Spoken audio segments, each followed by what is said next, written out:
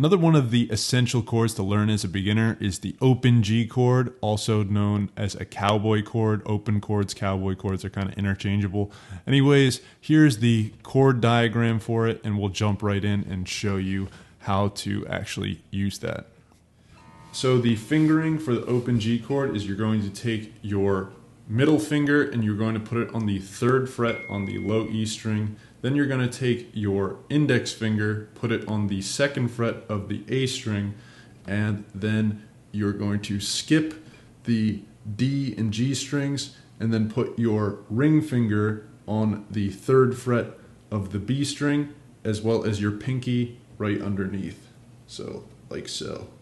And you're going to strum all the strings. And that's your open G chord. A little tip here that I say in pretty much every video is make sure that you're using the very tip of your finger. You can kind of see the indent there. You don't want to be using the pad of your finger.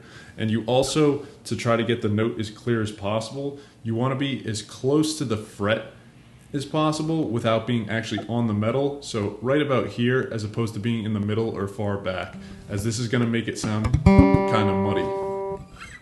You can really dial this in and make sure you're doing it right and practice by arpeggiating the chord, which means just playing each of the notes in sequence, one after the other. And then you can identify if one note in particular is maybe not sounding right, then you can kind of dial it in and fix that finger. In the beginning, you're probably going to have it sound a lot less like this and much more so like this.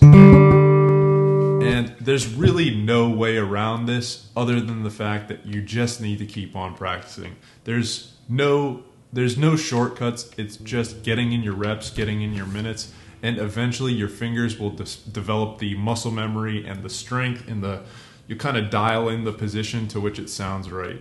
So keep on practicing and good luck. Thanks for tuning on in. We'll catch you next time. Adios, amigos.